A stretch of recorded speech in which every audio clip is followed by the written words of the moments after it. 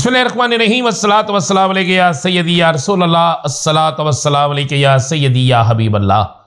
तमाम सुनने वालों को मेरा सलाम। मैं हूं राना अज़ीम और आज बड़ी अहम तरीन डेवलपमेंट्स है। आज तो इस तरह लगता था जैसे पूरे पाकिस्तान की तमाम सियासी जमातों के अहम तरीन रहनुमा मीडिया टॉक पे आ गए हैं।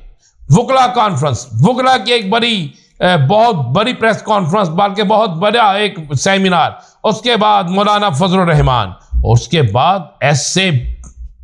बाबर यानी अकबर एस बाबर, उसकी इतनी लंबी प्रेस कॉन्फ्रेंस, और एहसन इकबाल फिर भरे। लेकिन आज ये जो सबसे बड़ी खबर है, जो सबसे अहम खबर है, वो खबर जिसके बाद लगता है कि दाल में कुछ काला है, वो खबर यह है कि आज मौलाना फजलुर रहमान ने इशारतन ये कह दिया है कि अभी इलेक्शन का माहौल नहीं है, इलेक्शन कैंपेन करने का अभी हमें कोई मौका नहीं दिया जा रहा, हालात भी कारसाज नहीं हैं। और साथ में उन्होंने इशारा दिया है कि जनाब मौसम भी आगे जाकर इतना अच्छा नहीं होगा। मेरी समझ से बाहर है कि पूरी दुनिया के अंदर जहां जमहूरियत है वहां पर जंगों की सूरत हाल में भी इलेक्शन हुए हैं, और इस मुल्क के अंदर, जिस मुल्क में हम मौजूद हैं, यहां पर रमजान शरीफ में भी इलेक्शन हुए हैं। इस मुल्क के अंदर दीगर मामलात के मौके पर भी इलेक्शन हुए हैं, तूफानों में भी इलेक्शन हुए हैं। जब इलेक्शन होते हैं तो फिर ये सारी चीजें देखी जाती हैं। पिछले इलेक्शन, उससे पिछले इलेक्शन शदीद दहशतगर्दी थी, सब कुछ था, इलेक्शन हुए, जमहूरियत का हुस्न बरकरार रहा।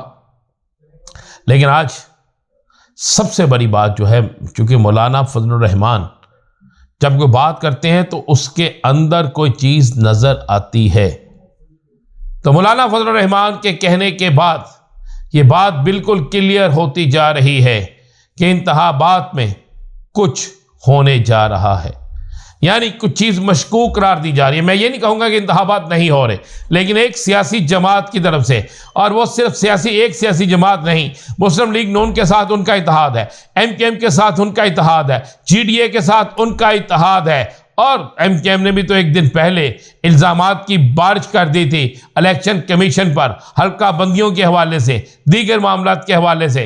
और तो उसके बाद तो मुझे लगता है जो महसूस हो रहा है वो यही हो रहा है कि शायद मामलात किसी और तरफ चले जाए। क्योंकि सुप्रीम कोर्ट का हुक्म है, हम उस हुक्म के पाबंद हैं, हम वो बात ऐसी नहीं करेंगे जिससे सुप्रीम कोर्ट के हुक्म की हुक्म अदूली हो।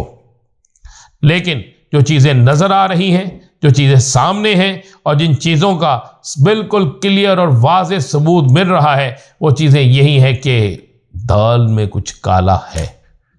और दाल में कुछ काला इसलिए भी है कि बहुत सी सियासी जमातों को ये नज़र आ रहा है कि अगर 8 फरवरी को इंतखाबात हो जाते हैं तो उन इंतखाबात में उन सियासी जमातों की अवामी सतह पर कोई एक से नहीं, अवामी सतह पर उन्हें कोई ऐसा बड़ा रिस्पॉन्स नहीं मिल रहा। अवामी सतह पर अवाम सख्त गुस्से का इजहार कर रही हैं। इसलिए बहुत सी सियासी जमातें अब ये चाहती भी हैं कि किसी तरीके से एक लंबा चौड़ा टाइम मिल जाए, और इस लंबे चौड़े टाइम में वो अपना दीगर मामला दुरुस्त कर सके। इंट्रा पार्टी इलेक्शन जो तहरीक इंसाफ के हुए, सेम इसी तरह के इलेक्शन मुस्लिम लीग नून, इसी तरह जमीयत उलमा इस्लाम, इसी तरह के पाकिस्तान पीपल्स पार्टी, मुस्लिम लीग काफ समेत मुतअद्दिद सियासी जमातों के हुए, जिसके रिजल्ट मौजूद हैं, जो जमा हुए हैं इलेक्शन कमीशन के अंदर, जिसमें बिला मुकाबला मुंतहिब, ये सारी चीजें जमा हैं, जो सब बाकायदा रिकॉर्ड का हिस्सा हैं।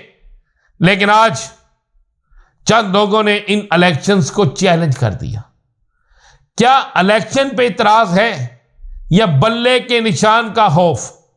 इलेक्शन पे इतराज है या फिर किसी के कहने पर, किसी सियासी जमात को राजी करने के लिए यह सारा खेल खेला जा रहा है? ये बड़ी अहम तरीन डेवलपमेंट है।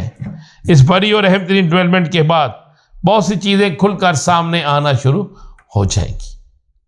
मेरे ज़राए बड़े अहम तरीन इंकशाफात कर रहे हैं।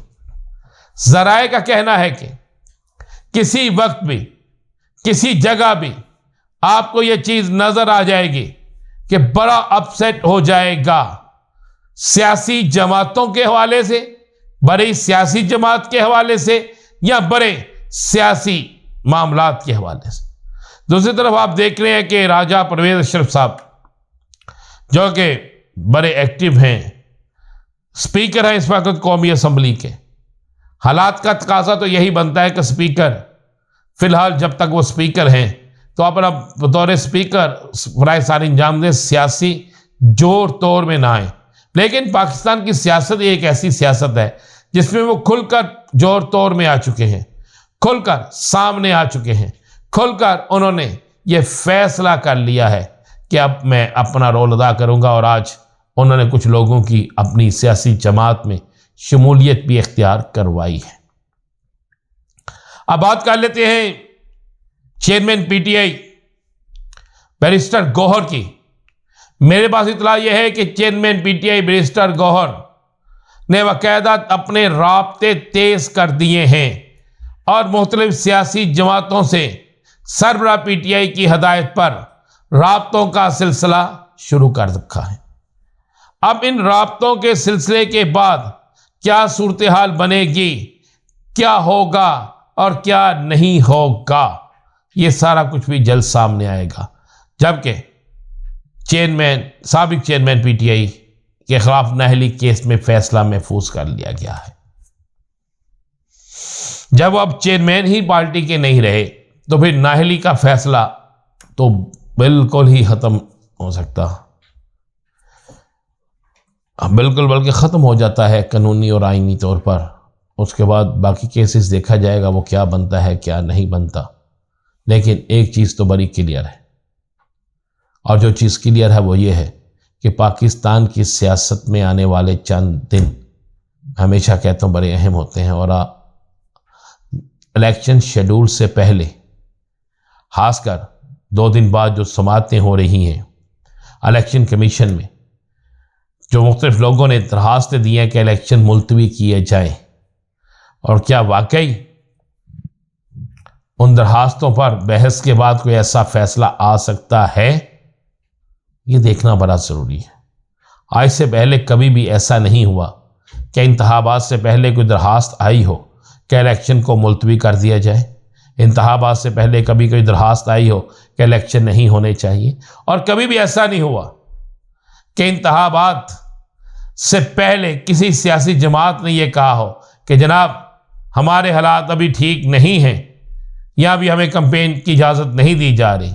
यहाँ सवाल उठाया जाए खासकर 2 सूबों के मुतल्लक, और उसमें कहा जाए जनाब यहाँ पे इलेक्शन कैंपेन नहीं हो सकती, लिहाजा अभी माहौल भी नहीं है और मौसम भी नहीं है।